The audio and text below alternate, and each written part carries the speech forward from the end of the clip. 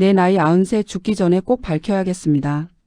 74년 전 내가 탄 그 화려한 가마는 사실 나를 가두는 감옥이었습니다. 첩인 줄도 모르고 시집온 19살. 첫날 밤 남편이 내 방에 들어오지 않았습니다. 시어머니는 그저 아들이 수줍음이 많아서 그렇다고 했죠. 하지만 다음날 아침 내가 마당에서 본 건 남편의 품에 안겨 환하게 웃고 있는 진짜 부인이었습니다. 일장 19 인신매매나 다름없던 꽃가마의 비극. 가난은 단순히 배가 고픈 고통이 아니었습니다. 그것은 인간의 존엄을 갉아먹고 가장 소중한 사람을 제물로 바치게 만드는 잔인한 짐승이었지요. 7남매 중 장녀로 태어나 동생들이 맹물로 배를 채우며 잠드는 소리에 가슴을 치던 19의 저에게 어느 날 찾아온 중매쟁이의 말은 지옥에서 내려온 썩은 동아줄인 줄도 모르고 붙잡았던 구원의 서막이었습니다. 한양에서 번듯한 포목점을 운영하는 집안의 셋째 아들이라며 그 집 마님 몸이 약해 안 살림을 도맡아줄 현숙한 처자를 찾는다는 말에 저희 부모님은 눈물 젖은 손으로 제 손을 잡았습니다. 내가 가서 동생들 좀 살려주겠니? 부모님의 그 한마디는 제 인생을 송두리째 바꿀 선고와도 같았지요. 연분홍 치마를 차려입고 가발에 비녀를 꽂으며 연지곤지를 찍던 날 저는 그것이 가문을 살리는 숭고한 희생이라 믿었습니다. 마을 어귀에 핀 하얀 매화꽃이 이른 봄바람에 무참히 흩날리던 그날 제 인생도 그렇게 바람에 날려 사라질 줄은 꿈에도 몰랐습니다. 꽃가마에 몸을 싣고 한양으로 향하던 길, 저는 가마 문틈으로 비치는 바깥 세상을 보며 잠시나마 분홍빛 미래를 꿈꿨습니다. 나도 이제 안주인 소리를 들으며 우리 부모님 고생 끝내 들을 수 있겠구나 하는 순진한 생각이었지요. 하지만 꽃가마가 멈춰 선 곳은 화려한 포목점 앞이 아니라 도심 외곽의 음침하고 으리으리한 기와집 뒷문이었습니다. 가마에서 내리자마자 저를 맞이한 건 다정한 신랑의 손길이 아니라 얼음장 같은 눈빛으로 저를 후어보던 본처의 서늘한 목소리였습니다. 물건은 튼튼해 보이는구나. 골반이 좋으니 대는 잘 있겠다. 그녀는 제 행색을 마치 시장에서 고기를 고르듯 후어보더니 비릿한 웃음을 지었습니다. 그 순간 머릿속이 하얘졌습니다. 살림을 돕는 처자가 아니라 돈을 주고 사온 씨바지 물건 취급이었던 겁니다. 본처는 제 머리채를 휘잡아 마당 구석의 행랑채 단칸방으로 밀어 넣었습니다.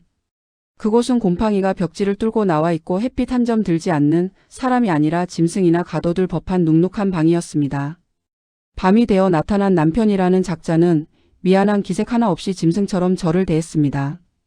제가 울음을 터뜨리자 그는 제 뺨을 후려치며 소리쳤습니다. 내 아비가 내 돈을 얼마나 받아 챙겼는지 알아? 넌 내 돈으로 산 씨바지야. 대만 이어주면 먹여는 줄 테니 닥치고 있어. 그제야 모든 진실이 제 가슴을 갈갈이 찢어 놓았습니다. 제 부모님이 받으신 거액의 혼수금은 저를 팔아넘긴 몸값이었습니다. 저는 도망치려 담을 넘다 대문을 지키던 장정들에게 잡혀 마당에서 몽둥이질을 당했습니다. 본처는 툇마루에 앉아 잣죽을 먹으며 그 모습을 보며 깔깔대며 웃었습니다. 도망갈 생각 마라. 내가 돌아가면 내 부모와 동생들은 사기죄로 감옥에 갈 테니까. 넌 여기서 애나 낳고 뒤지는 게 내 팔자다.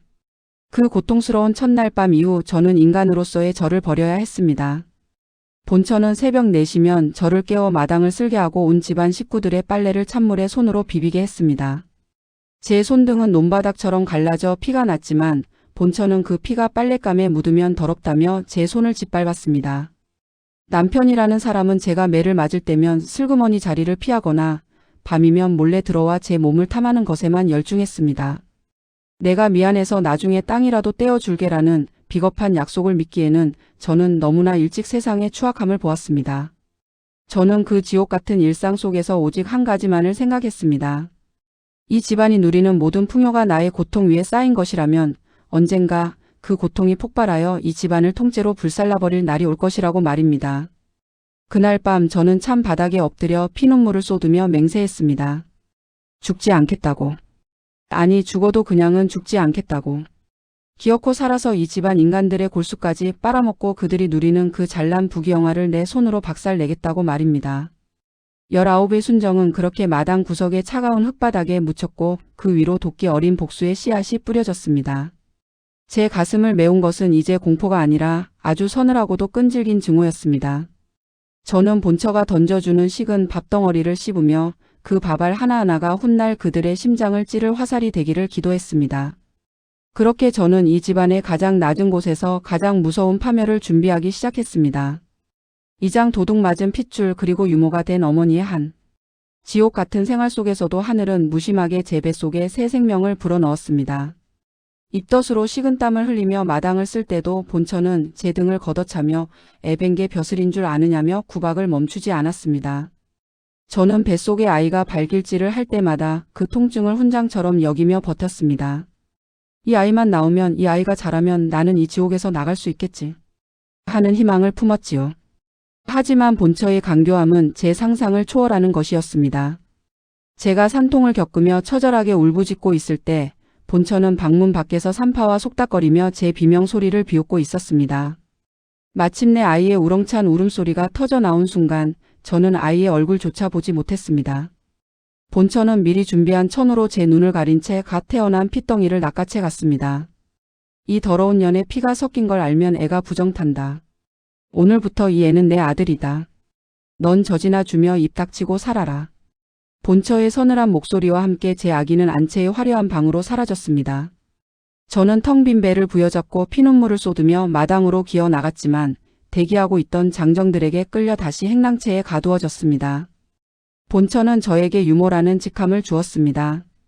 내 배 아파 낳은 내 자식을 품에 안고도 엄마라 부르지 못하고 도련님이라 부르며 젖을 물려야 하는 참혹한 형벌이 시작된 것입니다. 아기는 제 품에서 젖을 먹으면서도 제 눈을 맞추지 못했습니다. 본처가 제가 아이와 눈을 맞추는 것조차 허용하지 않았기 때문입니다.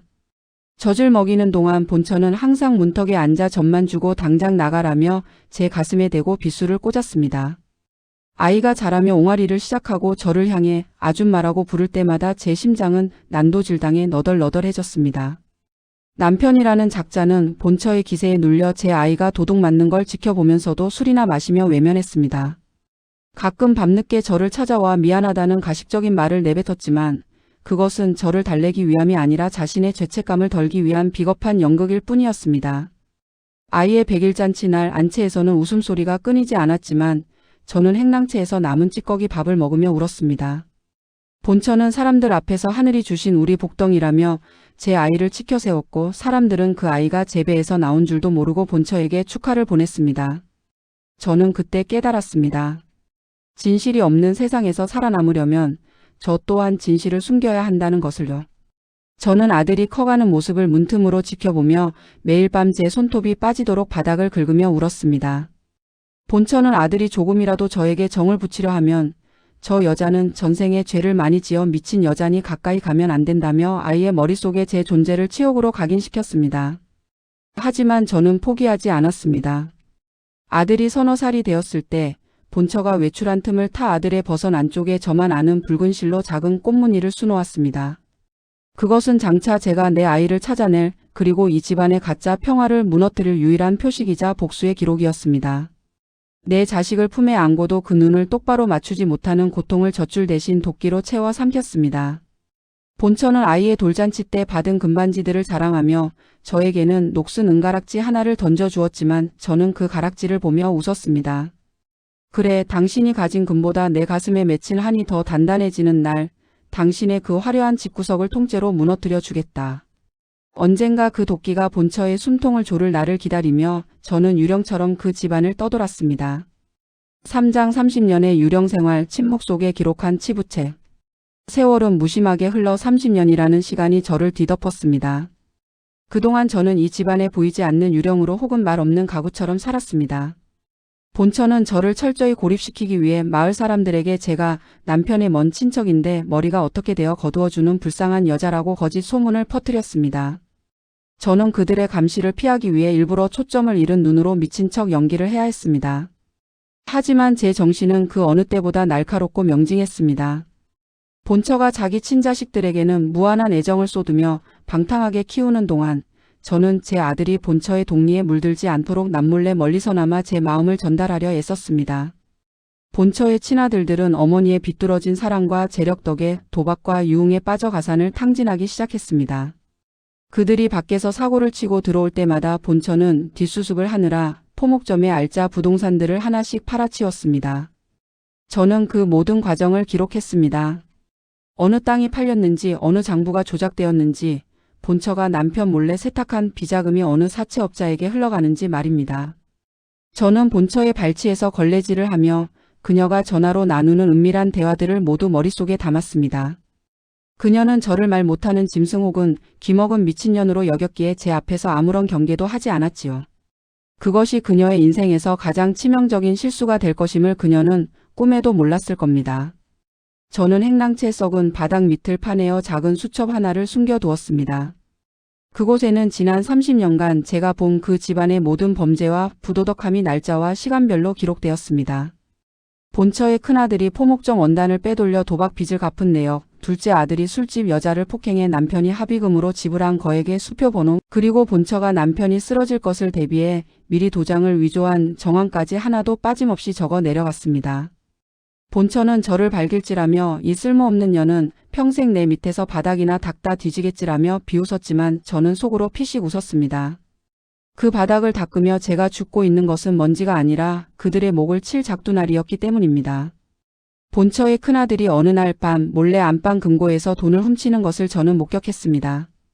본처는 그것이 제 짓이라며 저를 몰아세웠고 저는 모진 매를 맞았습니다. 하지만 저는 그때 소리 내어 울지 않았습니다. 오히려 그 아들의 눈을 빤히 쳐다봤습니다. 그 눈빛에 담긴 탐욕과 비겁함이 결국 이 집안을 무너뜨릴 가장 큰 무기가 될 것을 알았기 때문입니다. 본처는 제 입을 막았다고 생각했겠지만 저는 그날의 기억을 제 수첩에 가장 붉은 잉크로 기록했습니다. 횡령의 액수가 커질수록 제 복수의 성공 가능성도 커져만 갔습니다. 제 아들은 본처의 친아들들과는 확연히 달랐습니다.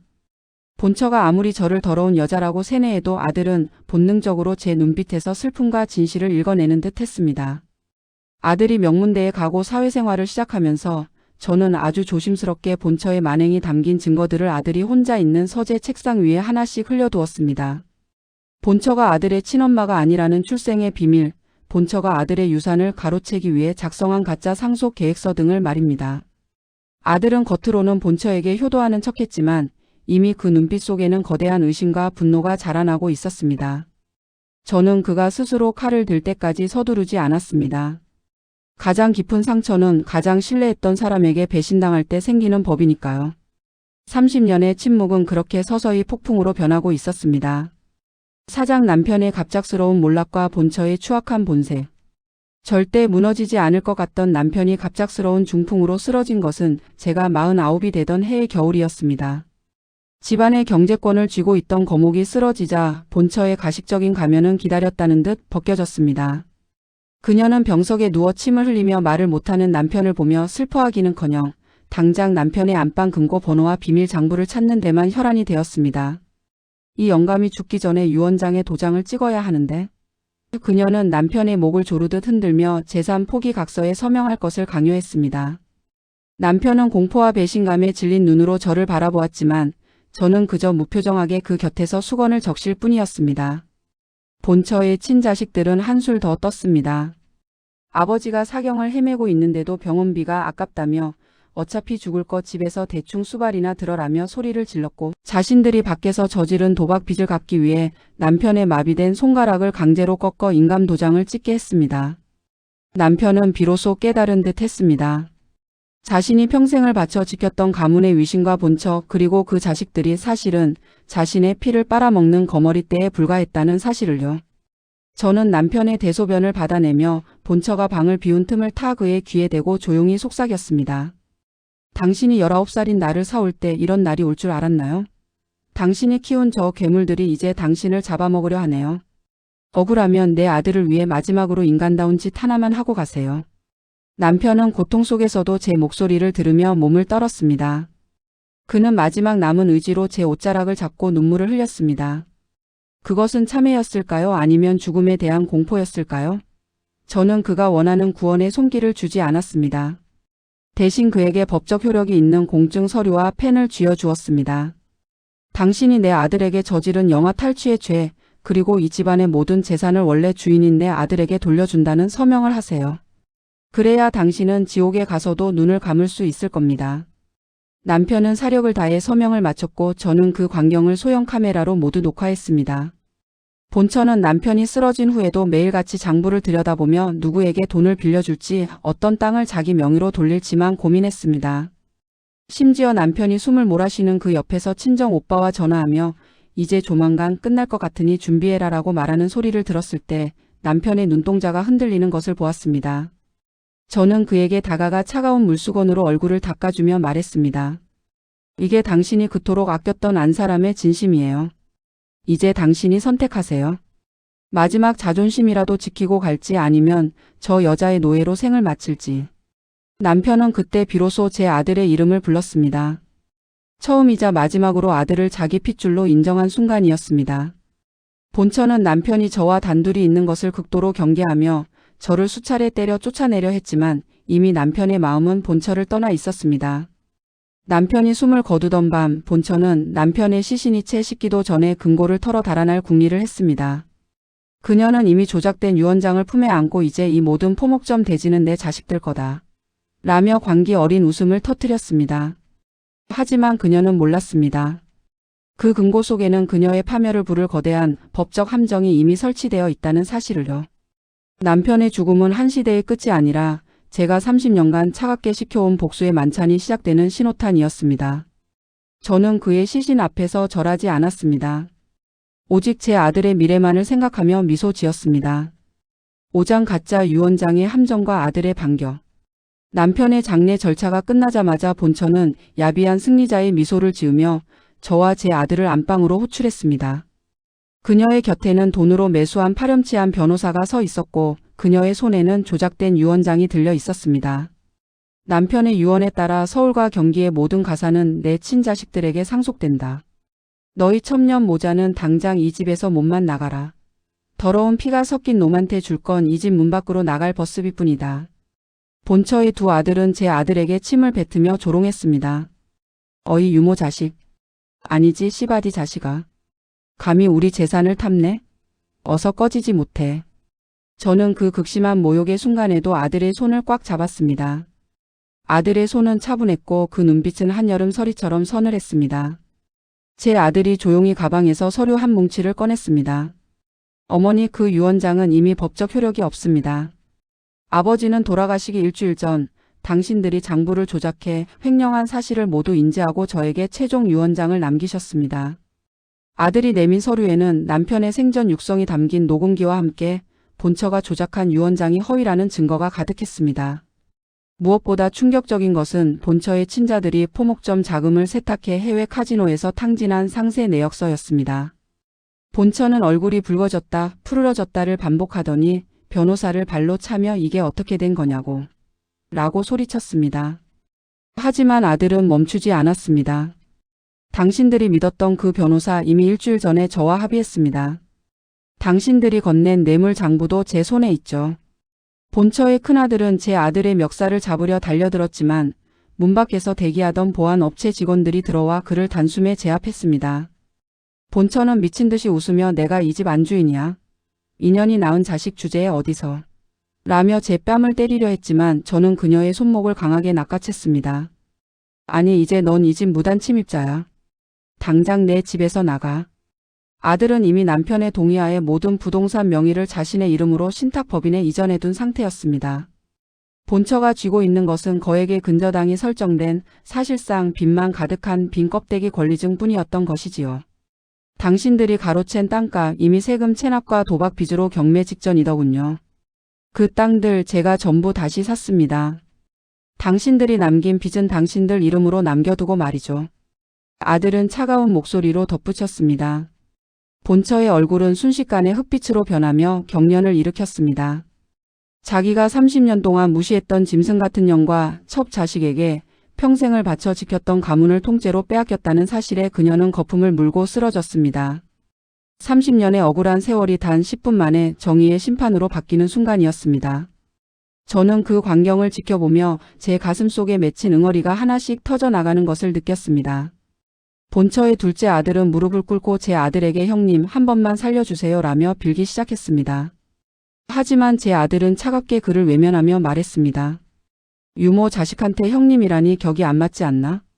30년 동안 당했던 멸시를 그대로 돌려주는 아들의 모습은 제가 꿈꿔왔던 가장 완벽한 복수였습니다. 우리는 더 이상 그들의 비명을 듣지 않고 방을 나왔습니다. 이제 이 집의 주인은 우리가 되었으니까요. 6장 자식에게 버림받은 본처의 처절한 몰락. 돈과 권력이 신기루처럼 사라지자 본처가 그토록 금지옥 여부로 키웠던 친자식들의 본성이 터져 나왔습니다. 그들은 어머니를 위로하기는커녕 엄마가 일을 이따위로 처리해서 우리 인생 망쳤다며 본처를 원망하고 폭언을 일삼았습니다. 큰아들은 본처가 비상용으로 숨겨둔 마지막 금괴와 폐물을 훔쳐 야반도주를 했고, 작은 아들은 자기 빚을 대신 갚아달라며 본처를 협박하다 못해 손찌검까지 했습니다. 본처는 자기가 키운 괴물들에게 모든 것을 뺏기고 길바닥에 나앉게 되었습니다. 그녀는 마지막 희망으로 저를 찾아와 무릎을 꿇고 제 치맛자락을 붙잡았습니다. 내가 잘못했다. 제발 방 한 칸만 내다오. 내가 내 종노릇이라도 하마. 내 자식들 좀 살려줘. 저는 그녀의 처참한 몰골을 보며 30년 전 제가 겪었던 수모를 떠올렸습니다. 제가 빨래터에서 얼음물을 만지며 손이 터져 나갈 때 그녀는 방 안에서 화로를 쬐며 저를 향해 천한 것들은 추위도 모른다며 비웃었지요. 제가 내 자식에게 젖을 물리고도 엄마 소리를 듣지 못해 가슴을 칠 때 그녀는 제 아이를 데리고 나들이를 가며 제 가슴에 대못을 박았습니다. 이제 그 대못이 그녀의 가슴에 박힐 차례였습니다. 저는 그녀의 면전에 대고 차갑게 말했습니다. 당신이 말하던 그 천한 피가 흐르는 내 아들이 이제 이 집 주인이에요. 당신 같은 사람을 내 집종으로 쓰기엔 내 마당의 흙이 더 귀해. 당장 나가. 본처는 평생을 부리던 가사 도우미들에게조차 외면당했습니다. 그들은 본처에게 당했던 갑질을 잊지 않고 그녀의 짐가방을 대문 밖 길바닥으로 사정없이 내던졌습니다. 본처는 먼지 가득한 바닥에 주저앉아 머리를 풀어헤친 채 울부짖었습니다. 어떻게 나한테 이럴 수 있어. 내가 이 집 안주인이었는데. 너희들이 어떻게 나한테. 하지만 그녀를 안주인으로 대접해 줄 사람은 서울 시내에 단 한 명도 없었습니다. 그녀가 쫓겨나던 날 하늘에서는 진눈깨비가 내렸습니다. 30년 전 제가 꽃가마에서 내리던 그날처럼 시린 날씨였습니다. 그녀의 큰아들은 도박장에 숨어 있다가 경찰에 잡혀갔고, 둘째 아들은 술집 여자의 집에서 얹혀 살다가 쫓겨나 거리를 배회하게 되었습니다. 본처는 그들의 소식을 들을 때마다 제 집 대문 앞에 와서 밤새도록 통곡했습니다. 하지만 저는 단 한 번도 문을 열어주지 않았습니다. 오히려 아들에게 말해 그녀를 멀리 떨어진 쪽방촌으로 보내버렸습니다. 그녀는 곰팡이가 가득하고 쥐가 들끓는 그곳에서 그녀는 본인이 낳은 아들들의 욕설과 행패를 견디며 살아야 했습니다. 그녀의 친아들들은 가끔 나타나 그녀에게 남은 돈을 내놓으라며 머리채를 잡았고, 그녀는 자기가 키운 자식들의 손길에 멍이 든 채 매일 밤 제 이름을 부르며 저주하다가도 다시 살려달라고 하늘에 빌었습니다. 그녀가 쪽방촌에서 시장통 찌꺼기 야채를 주워 먹는다는 소식을 들었을 때 저는 눈물 한 방울 나오지 않았습니다. 오히려 30년 전 제가 먹었던 그 상한 밥덩어리의 맛이 떠올랐습니다. 인과응보라는 게 이렇게나 정확하구나. 저는 혼잣말로 중얼거리며 따뜻한 차를 마셨습니다. 그녀는 이제 자기가 만든 지옥에서 죽지도 못한 채 고통을 씹으며 살아가야 했습니다. 그것이 그녀가 평생을 바쳐 지키려 했던 가문의 마지막 몰락이었고, 제가 30년간 이삭 줍듯 모아온 복수의 결실이었습니다. 7장 흩어진 가문의 영광과 마지막 대면. 본처가 완전히 무너진 후 저는 아들과 함께 예전 그 기분 나쁜 기와집을 헐어버리고 그 자리에 평화로운 정원을 꾸몄습니다. 과거의 고통과 비명이 서린 공간을 완전히 지워버리고 싶었지요. 하지만 본처에 대한 마지막 예의는 갖추기로 했습니다. 저는 그녀가 말기 암으로 죽어가고 있다는 소식을 듣고 쪽방촌 지하 방을 찾았습니다. 화려한 밍크 코트를 입고 고급 세단에서 내린 저를 보며 동네 사람들은 귀한 집 마님이라며 길을 터주었습니다. 30년 전 미친 여자라고 손가락질 받던 그 여자가 아니었습니다. 문이 열리자 코를 찌르는 악취와 습기가 가득했습니다. 그 화려하던 본처는 이제 뼈만 남은 몰골로 낡은 담요를 덮고 누워 있었습니다. 그녀는 저를 알아보자마자 공포에 질려 눈을 크게 떴습니다. 너, 내가 왜 왔어? 날 비웃으러 왔니? 아니면 죽이러 왔어? 저는 그녀의 곁에 우아하게 앉아 보란 듯이 빳빳한 신권 10,000원짜리 뭉치를 그녀의 머리맡에 던졌습니다. 죽이긴 왜 죽여? 오래오래 살아서 당신 자식들이 망가지는 걸 끝까지 봐야지. 이게 당신이 나한테 던져주던 그 멸시의 대가야. 그녀는 그 돈을 움켜쥐며 피눈물을 흘렸습니다. 본처의 방 한구석에는 그녀의 큰아들이 보낸 협박 편지가 놓여 있었습니다. 교도소에서 영치금을 보내달라며 어머니를 저주하는 내용이었지요. 저는 그 편지를 그녀의 눈앞에 보여주었습니다. 보세요. 당신이 금지옥 여부로 키운 아들이 당신 죽기만을 기다리고 있네요. 이게 당신이 말하던 그 잘난 가문의 피인가요? 그녀는 그 편지를 뺏으려 손을 뻗었지만 기력이 다해 털썩 쓰러졌습니다. 저는 그녀의 일그러진 얼굴을 보며 40년 전 꽃가마 속의 제 얼굴을 떠올렸습니다. 그때의 저는 죽고 싶었지만 지금의 그녀는 살고 싶어도 살 수 없는 처지였습니다. 그녀의 둘째 아들은 거리의 불황자가 되어 어머니의 소식조차 궁금해하지 않았습니다. 본처는 마지막 숨을 몰아쉬며 저에게 용서를 구했습니다. 제발. 내 아들들 좀 살려줘. 내가 다 잘못했어. 내 아들에게 말해서 내 자식들 일자리라도. 저는 그녀의 귀에 대고 조용히 속삭였습니다.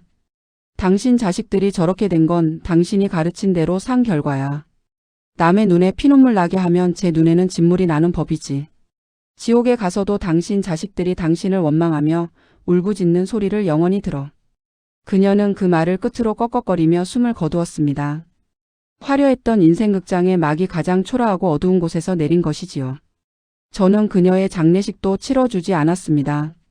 그녀의 자식들이 시신 거부 신청을 하는 바람에 무용고자로 처리되어 화장되는 과정을 묵묵히 지켜보았습니다. 그것이 제가 그녀에게 준 마지막 선물이었습니다. 평생 가문의 이름과 족보에 목숨 걸었던 그녀에게 이름 없는 죽음을 선사한 것이지요. 그녀가 한 줌 재가 되어 바람에 흩날릴 때 저는 비로소 40년 전 꽃가마를 타던 날에 저와 진정한 작별을 할 수 있었습니다. 가슴 속을 짓누르던 돌덩이가 마침내 가루가 되어 사라지는 기분이었습니다. 팔짱 겨울꽃의 만개 다시 찾은 나의 이름. 이제 저는 여든을 바라보는 나이가 되었습니다. 제 아들은 이제 명실상부한 기업의 회장이 되었고 저를 세상에서 가장 귀한 회장님 어머니로 극진히 모십니다. 아들은 제 과거의 모든 진실을 알고 난 뒤 제 손을 잡고 며칠 밤을 통곡하며 울었습니다. 어머니, 제가 그 악마 같은 여자 자식인 줄 알고 살았던 세월이 너무나 죄스럽습니다. 저를 키워주신 건 그 여자의 젖이 아니라 어머니의 눈물이었음을 이제야 알았습니다. 저는 아들을 품에 안아주며 말했습니다. 아니다. 내가 올바르게 자라준 것이 나의 가장 위대한 복수였고 나의 완벽한 승리였다. 아들은 저를 위해 전국에서 가장 아름다운 꽃들이 피는 별장을 지어주었습니다. 하지만 저는 그 화려한 집보다 제가 직접 가꾸는 작은 정원이 더 좋습니다. 저는 매일 아침 정원의 꽃들을 가꿉니다. 특히 저는 겨울에 피는 꽃들을 가장 아낍니다. 남들이 다 지고 난 뒤 살을 에이는 듯한 시린 바람과 서리를 견디며 홀로 고고하게 피어나는 그 모습이 꼭 제 지난날 같기 때문입니다. 사람들은 저를 보고 천복을 타고난 할머니라고 칭송하지만 저는 압니다. 이 복은 하늘이 거저 준 것이 아니라 제가 40년 동안 지옥 불 속에서 스스로를 담금질하며 묵묵히 인내해낸 대가라는 것을요. 어느 날 아침 정원을 거닐다 문득 거울을 보았습니다. 그 속에는 더 이상 겁에 질린 19소녀도 미친 척 연기하던 행랑채 여자도 없었습니다. 오직 세월의 지혜를 품고 당당하게 꽃피운 한 인간이 서 있었습니다. 이삭을 줍듯 하나하나 모아온 고통의 조각들이 모여 이제는 황금빛 꽃밭이 되었습니다. 저는 이제 제 부모님도 저를 속였던 중매쟁이도 모두 용서했습니다. 그들이 아니었다면 저는 이토록 단단하고 아름다운 꽃을 피우지 못했을 테니까요. 하지만 본처와 그 가문에게 내린 심판만은 제 인생의 가장 찬란한 훈장으로 남겨두었습니다. 제 채널을 시청하시는 여러분, 혹시 지금 삶이 끝이 보이지 않는 긴 터널 속에 있다고 느껴지시나요? 누군가 당신의 진심을 짓밟고 당신의 소중한 것을 빼앗아갔나요? 절대로 포기하지 마십시오. 악한 자들은 반드시 자신이 쌓은 악행의 무게에 눌려 스스로 자멸하게 되어 있습니다. 당신이 할 일은 오직 하나, 살아남아 당신의 인생이 얼마나 고귀한지 마지막에 증명하는 것입니다. 당신의 억울함은 도끼가 되고 그 도끼는 마침내 꽃의 향기가 되어 세상을 가득 채울 것입니다. 저 눈 속에 핀 황금꽃은 이제야 비로소 평온한 안식을 찾았습니다. 지나온 굽이굽이 모든 길이 가시밭길이었으나 그 가시에 찔려 흘린 피가 오늘날 이 찬란한 꽃밭을 일구는 걸음이 되었습니다. 여러분의 인생극장도 마지막엔 반드시 눈부신 황금빛으로 빛나길 간절히 기도합니다. 늦게 피는 꽃이 더 향기로운 법입니다. 오늘 제 긴 이야기를 끝까지 들어주셔서 감사합니다. 당신의 인생도 이제 막 아름답게 피어날 준비를 하고 있습니다. 재미난 인생 사연 오늘 이야기는 여기서 대단원의 막을 내립니다. 다음 사연에서 또 만나요.